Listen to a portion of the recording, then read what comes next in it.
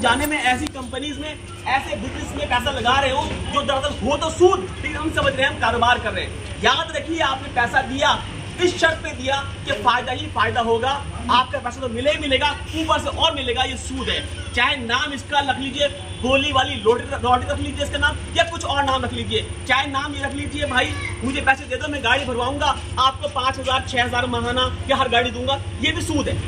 बात समझ गए आप? तो चाहे अब नाम कुछ भी रख दे जाए, वो सूद ही रहेगा। मिसाल देता हूं मैं आपको, मैं अगर आपसे ये कहूँ शराब है, शराब हराम है ना भाई?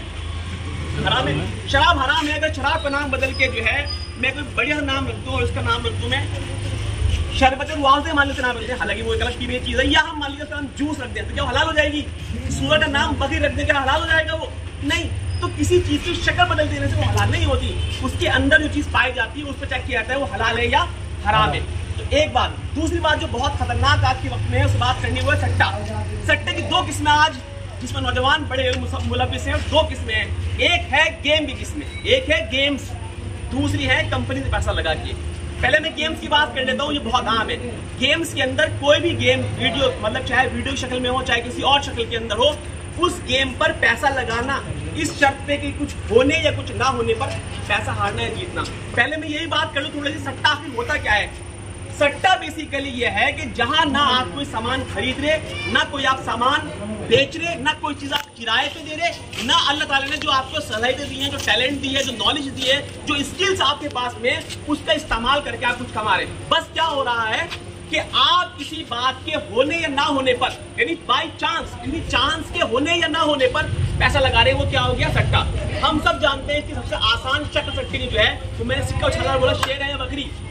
बताओ भाई, शेर आया, मान लिया मैंने सामने खेला, बकरी आई, पैसे लगाए, ये हार गए, मैं जीत गया। ये क्या है? यानी किसी बात के होने या ना होने पर। एक दूसरे एग्जांपल हम जानते हैं, आजकल T20 वर्ल्ड कप चल रहा है अभी भी, उसके अलावा T20 बहुत आम है। हम आए दिन नौजवान पैसे लगा रहे हैं, पता भाई कौन टीम जीतेगी, कौन सा खिलाड़ी कितने पैसे, कितना रन बनाएगा। तो ये जो पैसा लग रहा है किसी बात के होने या ना होने पर, किसी चीज के होने या ना होने पर पैसा सिर्फ आना और पैसे जाना, ये सट्टा है। सट्टे के बारे में अल्लाह ताला ने क्या फरमाया? सट्टे फरमाया ने कि ये जुआ, शराब, सट्टे जैसे लिखा हुआ है, ये सब शैतानी काम है, और इनके जरिए शैतान जो है हमारे में आपस में तोड़ पैदा करना चाहता है, नफरत पैदा करना चाहता है। नफरत क्यों? मिसाल के तौर पे मैंने किसी से सट्टा खेला, मैं पैसा हार गया, तो अब मेरा दिल टूटेगा, मुझे उससे नफरत पैदा होगी जिसने मेरे पैसे जीत लिए।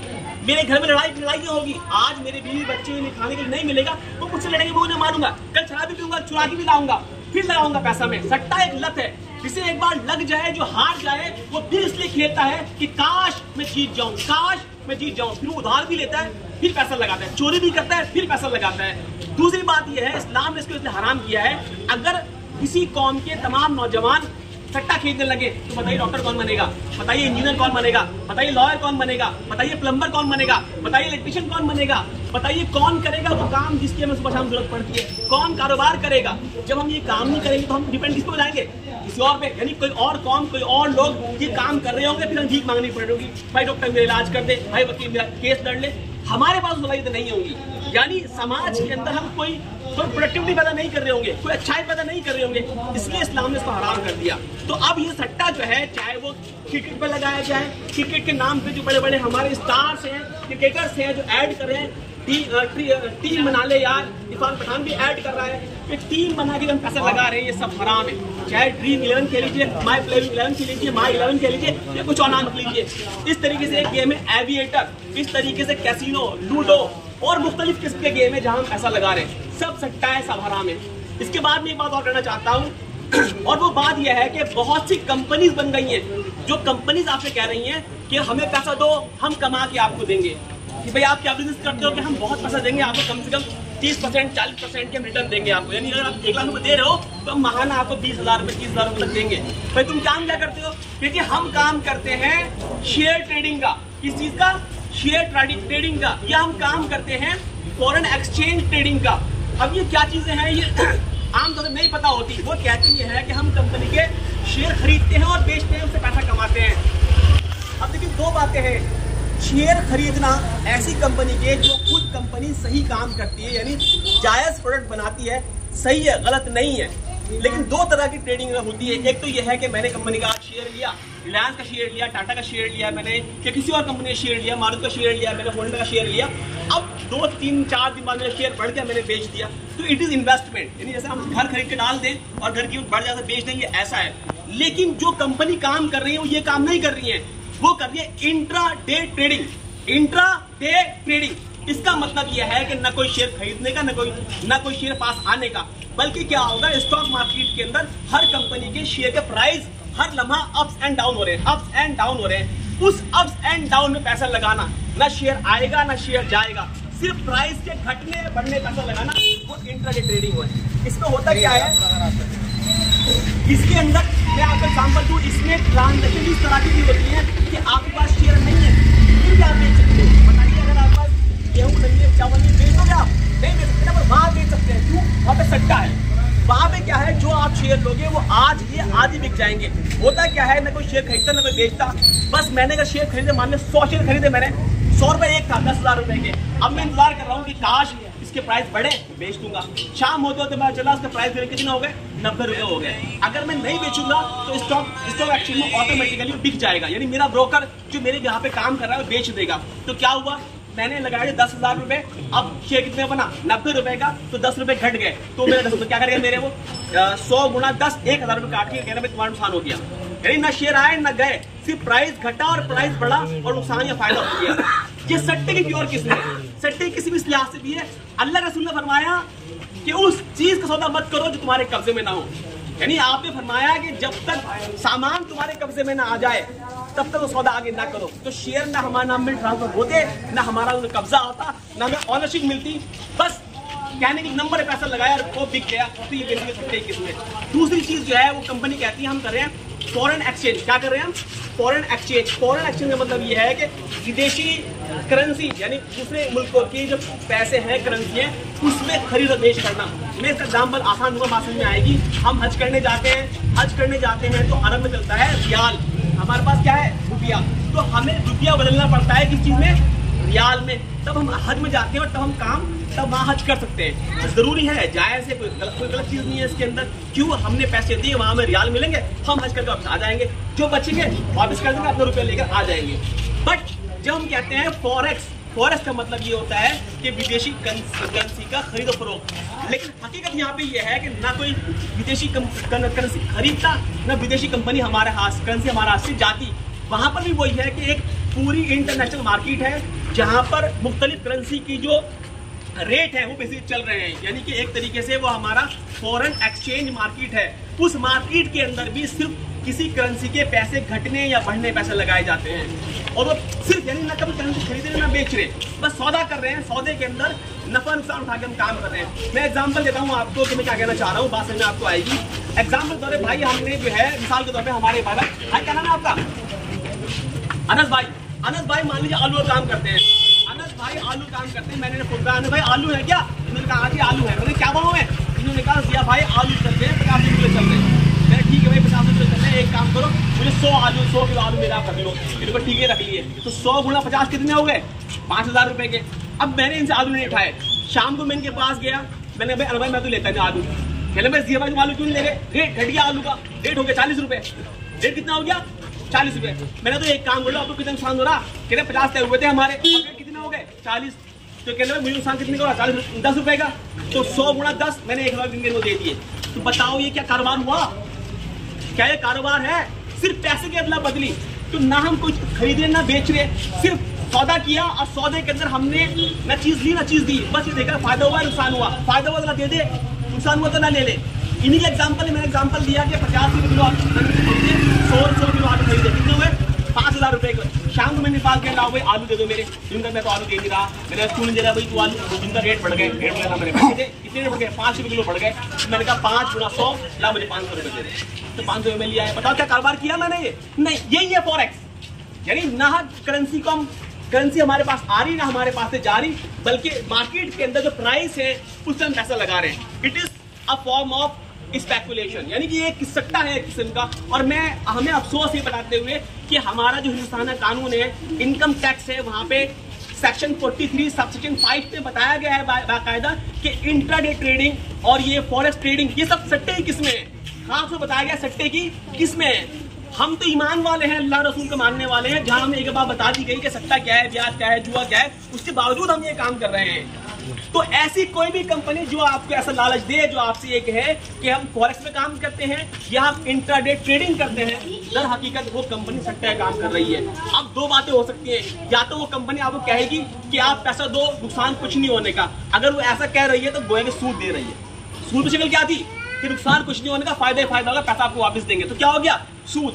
या फिर वो कंपनी अगर आपको नुकसान दे रही है तो सट्टा काम कर रही है। तो ये मुख्तलिफ किस्में हैं बेसिकली नौजवानों को फंसाने की। और क्या करते हैं, मोंडी समझते हो ना आप, मोंडी लगाते हैं, यानी बताते हैं कि ये है बंदा इसने जीते 2 करोड़ रुपए। ये भी हमारे विराट कोहली और रोहित शर्मा के खिलाड़ी का ये बता रहे हैं। ये है बंदा इसने ले लिया आज मारुति कार, ये है बंदा इसने ली स्कॉर्पियो, ये पहले गरीब था इसने घर ले लिया 50 लाख रुपए का।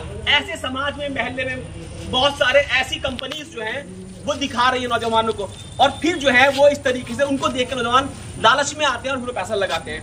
और इसके अंदर सोने पे सुहागा ये है कि इन कंपनी ने मक्कारी और गद्दारी में से कहूंगा हमारे साथ, हमारे नौजवान साथ की है, वो ये की है कि दारुल उलूम का देवबंद का फतवा लेके ये लोग घूम रहे हैं और कह रहे हैं जी फतवा है हमारे पास, इसमें लिखा हुआ है फॉरेक्स एक्सचेंज में पैसा लगाना जो है वो सही है। मैं बात कर रहा हूँ फॉरेक्स ट्रेडिंग की, यानी फॉरेक्स एक्सचेंज खरीदना बेचने की, कह रहे जायज है लिखा हुआ है। लेकिन सच्चाई ये है वो फतवा उनके खिलाफ है। उसमें लिखा हुआ है कि कब जायज होगा, तो जब जायज होगा जब वो शर्त तुम पूरी नहीं कर रहे तो जायज हो जाएगा, नहीं हो जाएगा। उसको ऊपर की हेडिंग दिखाते हैं, नीचे की शर्त बताते नहीं है। मैं बता रहा हूँ उर्दू पढ़ नहीं आती, मैं वो समझ पाते कि लिखा हुआ क्या है। तो आज हमारा फतवा जो खिलाफ था वो हमें दिखा रहे हैं कि जायज काम है, और फतवा देख के बड़े बड़े नौजवान अच्छे नमाजी लड़के सोचते हैं भाई फतवा देवबंद का है, इसमें क्या गलत है, और वो बेसिकली क्या करते हैं, पैसे लगाना शुरू कर देते हैं। तो अगर कोई फतवा दिखाए तो कह ले फतवा आता है मेरे साथ, चल मौलाना मौलाना के पास, वो बताएंगे। 2 बातें याद रखना, अल्लाह के रसूल ने फरमाया कि करेंसी में, यानी अल्लाह के रसूल के वक्त में चांदी और सोना की खरीद फरोख्त हुआ करती थी। रसूल ने फरमाया कि तब जायज है जब हाथों हाथ हो, क्योंकि चांदी रेट अलग होता है, सोने का रेट अलग होता है। आपने कहा उधार नहीं, हाथों हाथ। एक शब्द और है, वो क्या कि उस पर कब्जा आना चाहिए, यानी अगर मैंने सोना के बदले चांदी ली तो चांदी मेरे पास आए, सोना मेरे पास से जाए। यही 2 बातें लिखी हुई है उसमें लिखा हुआ है कि फॉरेन करेंसी की लेन देन जायज है, बशर्ते की नकद हो, बशर्ते की लेने वाले ने देने वाले को अपनी करेंसी का अदला बदली की हो। अब ये बात कोई नहीं बता रहा, चूंकि वहां अदला बदली हो ही नहीं रही, तो ये धोखा दिया जा रहा है हमारे नौजवानों को, हमारी कौम को। इसलिए मेरे भाइयों, मेरे दोस्तों, ऐसी किसी भी कंपनी चक्कर में ना आना। मैं आपको एक अफसोसनाक वाकया बताऊं, मेरी मजबूरी है, मैं नाम नहीं ले सकता, लेकिन हमारे ही एक दूर के जानने वालों के दरमियान में एक लड़के ने सट्टा खेला और फिर एक दिन की खबर आई इसकी। आए दिन अखबारों में ये बात आ रही है कि किसी नौजवान ने पैसे चुराए और लगा दिए, और फिर वो किसी न किसी शक्ल में जो है बीमार हो गया, हार्ट अटैक हो गया, या उसका खुद कुछ उसने कर ली। जब मुझे बताइए अगर मेरे घर में मेरे पास में 2 करोड़ रुपए रखे हैं और 2 करोड़ रुपए में से मैं 90 लाख रुपए अगर हार जाऊं तो मेरी क्या कैफियत बनेगी। मेरे घर में 4 जवान बहनें बैठी हैं और मैंने उनके लिए जो है 20 लाख रुपए कमा के रखे हुए थे, और मैं लालच में आके 20 लाख रुपए लगा दूं और 20 लाख रुपए हार जाऊं, बताइए मेरी कैफियत क्या होगी। तो असल में होता क्या है कि नौजवानों को दिखाने के लिए, ये चाहे बड़ी बड़ी कंपनी हो जो जिनका ऐड इरफान पठान या विराट कोहली या फिर इस तरह के हमारे स्टार्स कर रहे हैं, या महल्ले में आने वाली बहुत सी कंपनी जैसे QFX नाम सुना होगा आपने, QFX, YFX, इनका एक और TLC नाम इनका जो है करेंसी एक और आई है, ये सब सट्टे की फॉर्म है। एक और बात मैं यहाँ लास्ट बात अर्ज कर दूं, वो बात यह है कि क्रिप्टो करेंसी नाम से अगर आपने नहीं सुना है तो मैं बता रहा हूँ, बहुत लोग नौजवान जरूर सुना होगा। क्रिप्टो करेंसी का मतलब यह है कि किसी कंपनी ने अपने ऑनलाइन कुछ सिक्के लॉन्च कर दिए जो basically technically mathematically computerize system के कुछ मैथमेटिकल कैलकुलेशन वो जनरेट होते हैं, उनकी वैल्यू जीरो है, उन्हें लॉन्च कर दिया। अब कहते हैं जिन्हें खरीद लो, क्यों खरीद लो कि कल को इनकी वैल्यू बढ़ेगी। भाई क्या गारंटी है बढ़ेगी, कोई सोना है कोई चांदी है, क्या चीज़ पर वैल्यू बढ़ेगी, तो तुक्का है। अगर लोग उसकी यकीन करने लग जाएं, खरीदने लगे तो वैल्यू उसकी अप होने लगती है, लोगों यकीन उड़ जाए तो वैल्यू आराम से गिर जाती है। तो होता यह है कि हम उसे पैसा लगाते हैं, हमारे पैसा हमारा हार चीज होती है। तो इस तरह की कोई भी फॉर्म, चाहे वो वीडियो गेम, चाहे वो गेम की शक्ल में हो, चाहे वो फॉरेन करेंसी फॉरेन एक्सचेंज की शक्ल में हो, चाहे वो इंटरनेट ट्रेडिंग की शक्ल में हो, चाहे वो क्रिप्टो करेंसी की शक्ल में हो या किसी और शक्ल में हो, ये तमाम चीजें इस्लाम में नाजायज है। या तो सूद की कैटेगरी फॉलो करेंगी या वो सट्टे कैटेगरी फॉलो करेंगी। तो हमारा यह आपसे जो बात हमने की है, समझाने का मकसद है वो यही है कि हम जगह जगह जाके अपने नौजवानों की बात बताने की कोशिश कर रहे हैं कि धोखे में ना आओ। धोखे में क्यों ना आओ? क्योंकि हम ईमान वाले हैं, और ईमान वाले के साथ में ये बात शर्त है वो कामयाब तब होगा जब अल्लाह की बात मानेगा। और ईमान के साथ में हलाल कमाई ईमान के होने या ना होने का बेसिकली सबूत है। हदीस में आता है जिस इंसान ने हराम खाया ना उसकी नमाज कबूल होगी, ना रोजा कबूल होगा, ना हज कबूल होगी, ना ज़कात कबूल होगी। बताइए क्या बचेगा उसका। यहाँ तक कि अल्लाह रसूल ने फरमाया कि जो माल जो गोश्त हराम कमाई से पलेगा वो जहन्नुम में ही जाएगा, वो जहन्नुम के ही लायक है। तो आखिर हमें क्यों अपनी आखिरत बर्बाद करनी, क्यों दुनिया बर्बाद करनी। लालच बुरी बला है ये हम सब जानते हैं, लेकिन बात करने का मकसद हमारा ये है कि गलत फहमी में, ना समझी में, कोई इन कंपनीज के चक्कर में, इन बिजनेस चक्कर में, इन गेम चक्कर में ना पड़ जाना। जो पढ़ रहे हो अल्लाह से तौबा करो, वापस रुजू करो, अल्लाह से माफी मांगो, अपने नौजवानों को बचाओ, अपनी कौम को बचाओ, वरना हमारी कौम का मुस्तकबिल ये होने वाला है नौजवान ना डॉक्टर बनेंगे, ना इंजीनियर बनेंगे, ना साइंटिस्ट बनेंगे, ना मिस्त्री। पहले कहते थे मुसलमान मिस्त्री बहुत अच्छा होता है, लेकिन जब लड़के लत में पड़ जाएंगे जुआ खेलने, कौन मिस्त्री बनेगा? कोई मिस्त्री भी नहीं बनेगा। क्या तो सोचिए उससे काम कर ले, मैं भी काम कर लूंगा। हमारे अंदर टैलेंट्स जो स्किल्स नेचुरली हमारी कम्युनिटी डेवलप हुआ वो ही मर जाएगा। तो आने वाले वक्त में क्या होगा कि हमारी कम्युनिटी के अंदर इस जुआ सट्टा की बुनियाद पर शराब भी फिर आम होगी, चोरी भी आम होगी, तमाम बुराइयां इसके अंदर आम होंगी। हम जानते हैं कि तारीख भी हम पढ़े तो लोगों ने अपनी बीवियां भी हारी हैं जुआ सट्टा में। तो ये तमाम बातें मुझे आप लोगों के सामने रखनी है। मेरी बात आपने बहुत तवज्जो सुनी, मैं इसके लिए अल्लाह ताला का शुक्र अदा करता हूँ, आपका शुक्र अदा करता हूँ। साथ में ये बात कहना चाहता हूँ अगर जो बातें मैंने रखी कोई बात सही में नहीं आई हो तो आप मालूम कर सकते हैं, मैं उसको इंशाल्लाह उसका जवाब दूंगा, ताकि हम ये चाहते हैं वो दिल मुतमईन हो जाए। वाक़िअतन अल्हम्दुलिल्लाह रब्बिल आलमीन।